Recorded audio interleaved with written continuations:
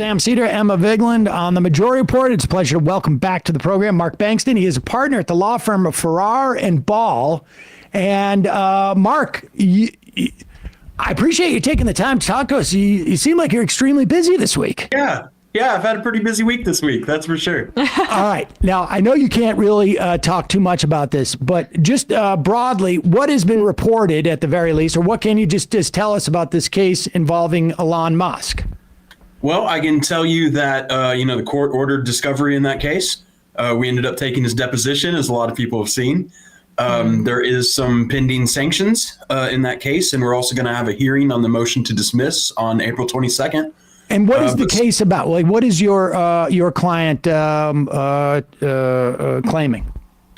This one is strange. It really is. To even think of the idea that one of the richest and most influential people on the planet accused a 22-year-old Jewish college student of being a neo-Nazi involved in a neo-Nazi brawl in Portland, Oregon, which is completely absurd and was based on some very dubious tweets from some anonymous weirdos on Twitter. And Mr. Musk decided to spread that to the world. And Ben Brody's not going to let that happen. Great. And I appreciate your catching us up with that. At one point it's the I don't know if the word is irony, but it is fascinating to watch this guy who bought Twitter essentially made it possible to almost make it impossible to use Twitter as a source to validate things, keeps getting tripped up by essentially what he wrought on himself. That's true. By making Twitter a much less reliable source of information that he spreads. I find somewhat fascinating. But you've got a lot of stuff on your plate in terms of like false information. I mentioned before you came on that you are representing a plaintiff, Mauricio Garcia, in a case. Tell us about that case. Sure. Most of y'all remember last year, during last summer, there was a neo-Nazi shooter down in Allen, Texas at the outlet malls. Killed quite a few people down there. It was a really, really nasty event. In the aftermath of that, the law enforcement released the name of the shooter and his date of birth. But several media organizations, sort of in their haste to try to get a story out, it labeled the wrong person. Not even the right birth date of my client, Mauricio Garcia, put his face out to the world. And for a lot of these organizations, it was because my client has a very Chicano appearance. He is a Dallas lowrider, and he does not look like the kind of Mexican American who would sympathize with white supremacy. And so a lot of these right-wing organizations wanted to put his face out there to say, hey, look at this Mexican guy. He's not a Nazi. Look at this guy. And as a result, millions of people saw my client as a monster. And this was done by a big variety of news organizations, including Fox News, Newsmax, Tim Pool, Steven Crowder, Owen Schroyer, Hollywood Unlocked, Simon Ateba, and Today News Africa. We have a large group of defendants who all basically, ignored basic journalistic precautions.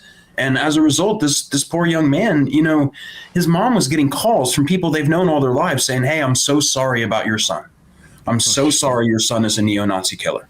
Oh my God. His mom could correct some of those when they'd call, but that family's just sitting there thinking about all the people in their lives who have known them throughout their lives, who aren't going to call, who will be too embarrassed to ever call.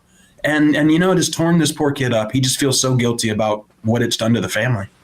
And do you know where the conflation of your client with the actual neo-Nazi shooter originated from? It was on social media, and it looks to be on Twitter. Is where it first started. Gotcha. And then, it was originally just social media people getting it wrong, right? Having the wrong identity. And then it was these commercial media organizations who are expected to have institutional guardrails against this sort of stuff. Photo verification is not a challenging thing to do as a journalist. If you can't confirm the provenance of a picture and know what it is and where it came from, you just can't put that out to the world, especially if you're going to try to say it depicts a neo-Nazi mass murderer. And so really, there's not much we can do about just random people on social media, but these commercial enterprises that are profiting from the provision of news, they have to use reasonable care. And what we've seen is that the bigger organizations, like in this case, Fox and Univision, they've just done away with their institutional guardrails because it's just costing them too much money. And then you have these new, people like Crowder and Poole who are running these low-cost operations who never cared about the institutional guardrails to begin with. So the entire media apparatus is failing from top to bottom. This isn't a problem that's just isolated to one kind of media. It makes me think of Spotify and some of the sort of lies that come out of Rogan's show. He's smart enough not to maybe have these lies focused on one person enough so that somebody could bring an action. It's sort of just like, who has standing in these issues in terms of like Spotify having to take responsibility for these things. But the thing that really stuck out for me in reading your the plaintiff's petition is in each of these instances, it seems, and I think I read all of the defendants, the outlet, because we get stuff wrong here. We're very cautious about putting pictures out. I don't know if we ever do that, really, frankly. But we get stuff wrong, a variety of things. But we're really careful with identities, I have to say. But be that as it may, people make mistakes. But in each of these instances, it seems like there was an opportunity for these outlets to correct themselves. And they didn't. Yeah. And they didn't, or to the extent that they even did any effort, they never did a retraction. Right. Most of them just really strikes me as like almost like doubly bad. It is. And in Texas, it's bizarre because if they had just apologized and issued a retraction, they wouldn't face punitive damages. But they all made the decision in this case not to apologize for certain broadcasts. And, in some of those, it makes sense. Some of them, are just not going to respond to you. Some of them did. And we had discussions and they deleted the articles quietly, but didn't print retractions. Or you have in the case of Univision, who, when we went to them, they originally just told us, oh, we just did it on our streaming service. And, nobody really watches that. And then we found out, no, the whole time they had been broadcasting it to millions of people on their primetime shows and didn't print a retraction for any of that. It really is strange. And what was really strange is that most of these defendants were represented by counsel when we were talking to them. The only one that wasn't was Tim Poole, who thought that he could negotiate with me without an attorney. Oh my gosh! And he didn't put a retraction either. Well, I want to hear about Tim Poole, Mark. But Tim is also very specific. Like his issue here is that the actual shooter, and this is what when I went there and I was talking to him about it, this is what got him very upset. I pointed out that he had called it a psyop, a psychological operation, because the actual shooter had been posting about his show, right? And so there's also a self-interest here in misidentifying the person, your client, as the shooter versus the neo-Nazi shooter who had posted about Tim's show before. Absolutely. Well, it's like I had pled in the Musk suit, is that if you're a right-wing extremist tastemaker these days, you face the problem of how do you react to the more embarrassing public incidents involving some of your extremist fan base. And in the post-truth world, the easiest solution is just to deny that they're real. They're fabricated boogeyman by left-wing interest or something like that. And it's the same formula here. Even in this case, Elon Musk was talking about psyops and the whole thing. And that's what makes this more damaging, is that if you have people like Poole and Crowder telling their extremist audiences that this is fake, right, he's not a neo-Nazi, then if they see later legitimate news that shows the real identity of the shooter, they're not likely to believe it. Hey, it becomes very difficult to remedy this problem. That part, I want to read some from the Poole thing in this filing, but that part which you just touched on, the idea that they are actively, in the context of these, obviously, this isn't actionable in from you, but I wonder how much does that aspect of it enhance their culpability or their liability within their case? The idea that they are not only making a mistake, the idea that they are also not issuing a retraction, but then are actually building in an excuse or an alibi for themselves in a more general standpoint, in that, like, if you hear that we're wrong, understand that is part of a big operation that is supposed to smear us. So they're building in their alibi. Does that implicate your case in any way? Does it show intent, or does it show? Is it more punitive? Are there more punitive damages, or is that just like a what does that show in the context of your case? Really, where it comes into play is the damages that the client suffers, right?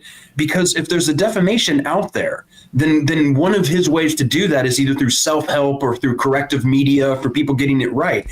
And if you have an organization that's actively undermining those efforts, that is saying, don't believe what you see on these mainstream networks, we're the ones telling you the real truth, then when that truth gets out, it's less likely to hit people's opinions. So the actual reputational damage to my client is somewhat hindered by what you're exactly talking about, this built-in escape hatch, that if they're wrong, when they're corrected, they can just say, well, that's the fake news. Don't worry about them. It makes the defamation that much more durable. And so it increases the damages that your client's suffering, because they can never recover in some ways because of other things that these guys have done. That's fascinating. I mean, look, it's the same in the Sandy Hook case. To this day, no matter how much the volume of reporting that this really happened, there are still people who are absolutely stuck in drinking that Kool-Aid of thinking anything mainstream media tells them is wrong. So it really poses a challenge for these kinds of people who've been hurt by this. This stuck out for me in the Tim Pool because, and we should just say, when people are looking at this at the original petition, and you can get this online, right? This is available online. That's a public document. And and you have it for each one of the defendants here. This is paragraph 84, if people want to follow along at home. And I'll just go ahead and say, if you need to grab a copy of the petition, Huffington Post has put one up. So Sebastian Murdoch did a story on it today. And feel free to post this on social media, folks. I know the folks, the defendants love the publicity. 84. Poole also claimed on Timcast IRL that he did not want to show the social media photos. Okay, so this is to be clear. Somebody, there was a second sort of like release of photos of the actual guy who perpetrated this. Yes. Not your client. That was released subsequently on a different site. And this is where Tim Poole decides to act responsibly. This is what's fascinating about this. He's already shown the picture of your client. It's already out there. And then the actual picture surfaces, and Poole claims on Timcast that he did not want to show the social media photos, quote, considering the sensitive nature of these things. So he's already shown the false pictures. And then when the real pictures show up, he doesn't want to show them because it's sensitive, and thus did not show any of the pictures, the photos of the real shooter. Poole also chided Bellingcat researcher Eric Toller, who published the real shooter's social media profile and photos, claiming that Toller didn't verify it. Now remember, Poole has already shown the unverified photos of the non-shooter, but is now attacking someone for showing. And this is all this does is makes it harder for your client to recapture his reputation. All of this just makes it like a steeper climb to get back to whole or even close to it. And yet at the time Poole made these comments, Timcast Media Group had already published a completely different, unverified and incorrect photo of the plaintiff on its website. And then in addition, Timcast news reporter Josie Glabach, known on Twitter as the Red-Headed Libertarian, posted several tweets declaring that the event was a psyop. And so that none of this happened. So they have now blamed it on the wrong person and then said that none of it happened and that Eric Toller was a CIA operative. Does Toller, maybe Toller has an action. Each of the tweets garnered an enthusiastic reply from Elon Musk. So this guy's just like, you bump into Elon Musk all the time now as soon as you're doing your research. We got to keep meeting like this, yeah. In the following days, Musk repeatedly claimed the event was a psyop and the mainstream reporting on the shooter's identity was a lie. And then Poole continued to promote the idea the shooting was a government conspiracy. So that's all basically just like you think you're going to get your reputation back in the future? Here's my alibi, and it's going to make it harder for you to get that reputation back. And then Poole, according to this, quietly did take down the pictures, but never offered a retraction. And that returns to my initial point of it being that additional self-interest of that connection of the fact that the real shooter had posted about Tim's show. Right. Yes. And, Yes. and when you go to court, does him pulling down the photos, but then deploying this whole PSYOP story simultaneously, does that show more intent? And is intent important to your case? Like, how much intent do you need to show in this instance, or is intent not part of the action? Yeah, it's really not part of the analysis here, to tell you the truth, because what you're dealing with is a private person, right? And if you're going to make serious accusations of criminal conduct against a private person, you have to use reasonable care. If You have a higher duty than you would if the person was well known, for instance. Exactly. If they were well known, if they were a public figure, right, then you would have to show an intent, an actual malice, a reckless disregard for the truth, which we think is obviously present here. But all you would have to show here is that they didn't act as a reasonably prudent media organization could. And you know that's obviously true, because if you had followed what a reasonable media organization does, you would have never printed these photos. That would have never happened. And so in this case, it is interesting that in a lot of cases, when someone just deletes the article and then makes no acknowledgement of it and just tries to quietly get away from it, that looks bad. That looks really bad in a case. But if you do that and then also try to debunk and attack the mainstream corrections that are coming your way, boy, I don't think a jury's going to like that. I just don't think so. And does that intent, I mean, if you could show that intent to that level of sort of like backfilling and attempting to protect, is that become a more of an issue of damages and and restitution than it does in terms of liability in the first place? So I just want people to understand there's liability and then damages, right? I mean, those are the.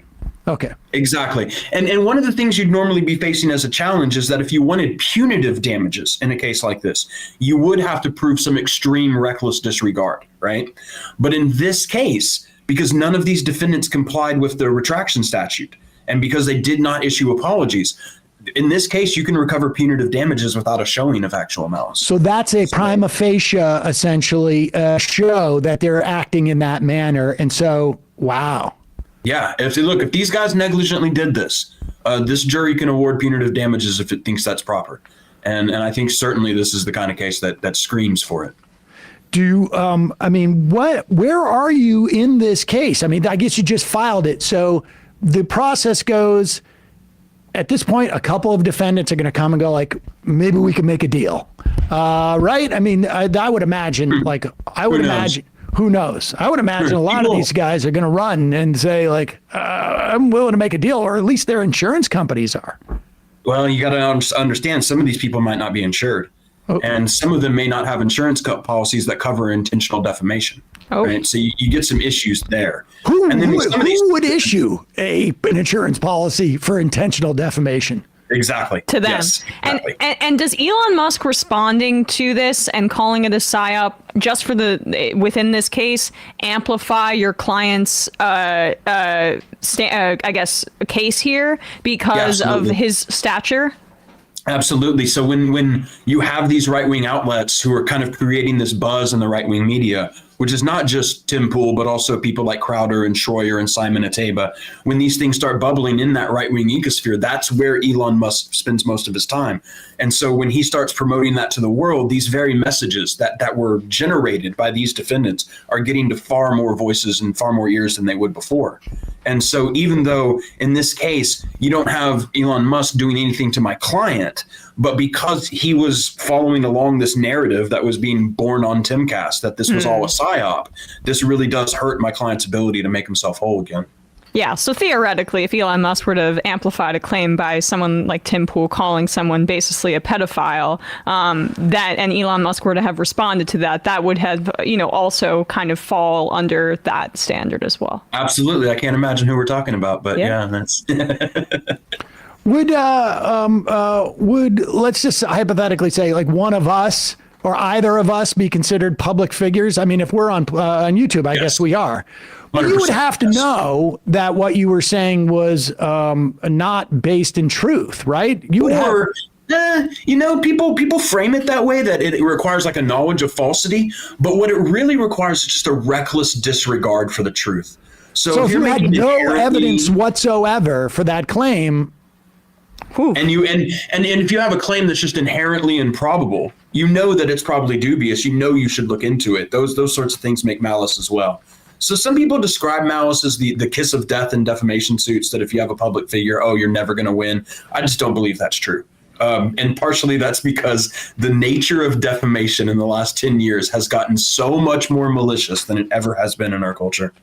interesting. Well, maybe you should find a lawyer. But we can talk about that another time. So give us a sense of like the timeline here. When Sure. This was released 2 weeks ago. And Well, it was filed 2 weeks ago. filed Correct. 2 weeks ago. And so and when it's filed, I would imagine at that moment on that day, the defendants are notified. Is that right? No, actually not. So when they're filed, some of your more sophisticated defendants will pay docket monitoring services to know that they were sued, right? So Fox, for instance, is going to probably know on the day it was sued. But these other defendants have to wait until citation comes back and then service of process happens. And so it was this week that most of these defendants had a service processor, Really? Which show up day? at their doors. I mean, let's say I wanted to get a sense of like when. I mean, is it public knowledge as to when these people were serviced? It is now. I'm telling you right now, it is. And yes, that the majority of just them. out of curiosity, what day was it that, let's say, Yeah, it was Crowder, most of them were this week. Was Tuesday through Thursday of this week. Tuesday were through served. Thursday? Maybe we should go back and look at some shows and see how how sweaty people were. That would be very interesting to do. But yeah, we filed the suit a couple weeks ago. We've obviously we sent letters to the offending parties within 2 weeks of this happening back in May of last year. We've been involved in long periods of negotiation and long periods of making sure everything's set and ready to go for the suit. We filed the suit a couple weeks ago. We've accomplished service this week. We're announcing it today. When the defendants answer in 20 days from now, they'll have about 60 days to move dismiss the suit. And we'll go through the same process we're going through in the Musk suit. We'll probably have some discovery, depositions of these folks, and then they'll try to dismiss the case. And then the court will say go forward or not. And then we'll march forward into discovery and try to get a trial date.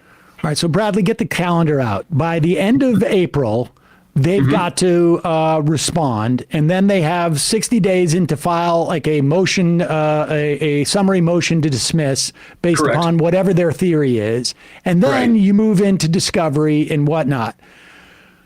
Do you have any type of program or internship that I could apply for? So that I could be there for discovery. Most of the world Do you need an intern? Luckily, I got enough of those at the moment. Most of the world knows by now that I have very strong feelings about transparency in litigation, and that I believe that more public attention to the court process and what's happening is good for the justice system. And therefore, anything that's a public record in my cases, I not only direct the media to where it's at, but I encourage them to report on it.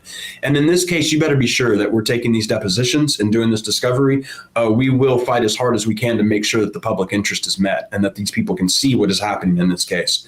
Look, there may be some trade secrets or something like that. They get sealed up from here and there. Or then again, you may have it like a situation like Alex Jones and Elon Musk, where the lawyers fail to get a protective order and it just all automatically becomes public. But I can tell you that one way or another, the information that's critical for the public to know, to understand how this defamation happens, we're going to get that into the public eye. So y'all should be looking forward to that in the next couple months. All right, great. I'm still not giving up the dream of becoming an intern for you, but we can talk about that maybe. Go ahead and send me over a resume and we'll I will talk. send you a resume. 1 year of law school, I went to 1 year of law school. I did my civil pro cases. So This is not an interview, Sam. okay, all right. I just Do you want to know where I see myself in 5 years? Right, exactly. Yeah. What would you say is your biggest weakness, Sam? Well, I got a lot, but we don't have time for that now. We will keep our ears open. Mark Bankston, partner at the law firm Farrar and Ball. Folks, Doing the Lord's work. we will put a link to the Huffington Post publication of this petition. Thanks so much for your time today. Thank you for your work. Yes. Really appreciate it. Always a pleasure to come talk to you. Thanks. Thanks, Mark. All right, folks, we're going to head in. That was pretty fun. Oh, my God. So I guess maybe we're, just like going to be a freebie Friday. We only have... I can tell when you're just loving an interview, you get more energized as it goes on. oh, my God. Yeah. Right. I honestly, I feel like I don't even have to ask, but I imagine the audience would be okay with me taking a leave of absence to Yes. serve as his intern. I will just get him coffee as long as I can sit in the room Okay, so during that deposition. I would love like the idea of you being an intern and you have like some wig or glasses on, and then you sit down and Steven Crowder sits down to give his deposition, and you go, Crowder has a panic "That's not attack. what this is." He thinks he's going crazy. Exactly. Oh no, Sam Seder! Is this my too late nightmare? to go back to law school just so that I can actually work at the firm for free? Let me ask one question, Mark. Please, one Like question. the janitor and come in and like, oh, sorry, you guys are using this. Goodwill Hunting kind of thing. Oh my God. This is Steven's double take. Oh my God. Oh. There's got to be a court. I don't know where they do the deposition, but how awesome would it be? Just even like I'll serve an internship of just me sitting on the street. I mean, Mark's in front of the Texas. office. Are you willing to relocate? Maybe. Saul? We're moving to the Lone Star State. I'm homeschooling you now. And first thing we're going to learn is tortious defamation cases. Gosh. All right. Yeah, that was fun. I'm so hyped up. I don't even know what to do now. I've forgotten. Are that we we're doing a show. freebie Friday? Yeah, we're going to do freebie Friday. Okay.